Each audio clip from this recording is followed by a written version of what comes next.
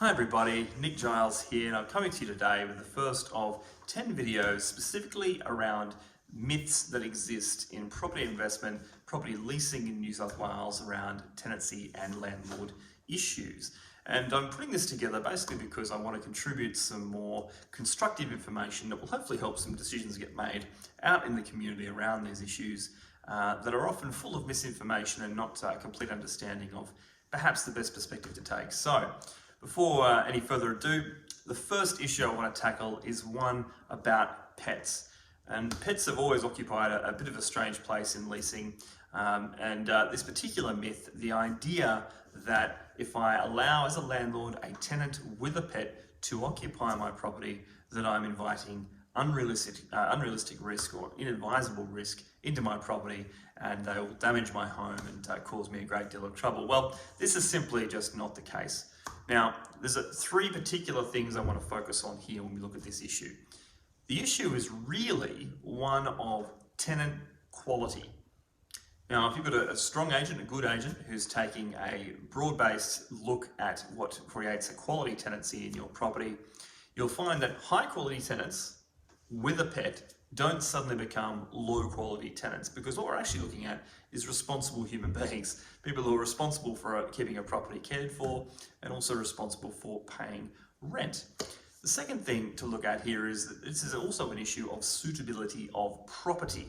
A two-bedroom unit might not be very good for keeping horses in, but it might be really good for keeping a cat or a small dog, and this particularly pertains to some of the changing laws around strata. You check your strata titles, you may find if you own a strata property that it is in fact much easier to have a pet inside your property than it used to be. And that's for good reason, because the third really key issue here to consider is that more than 60% of Australians have a pet of some kind. So when we're leasing a property and we're after the highest quality tenant paying the most appropriate rent in the shortest possible period of time, the only way we can realistically do that is to advertise for people that may prospectively have a pet. And it's also the way that legislation is evolving.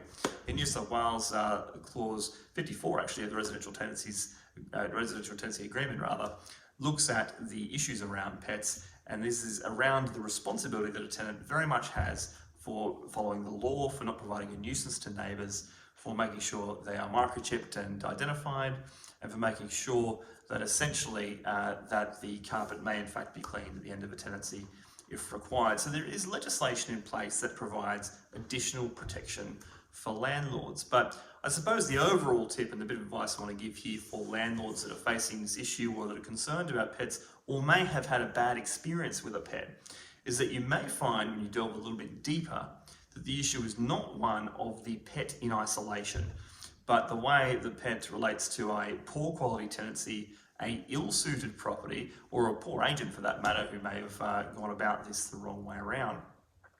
And also just ignoring the basic tenets of what makes a high quality tenancy and a responsible tenancy. So pets are just one aspect here, and we don't want to get too carried away, and nor, worst of all, do we want to give away a really high quality tenancy just because of an issue that we look at the wrong way. And pets are really a headlining issue here. So, will pets destroy my property? In all likelihood, no, so long as the right steps are taken by your agent in regards to identifying high quality tenancy, suitability of property, and applying those clauses in the RTA as they are needed.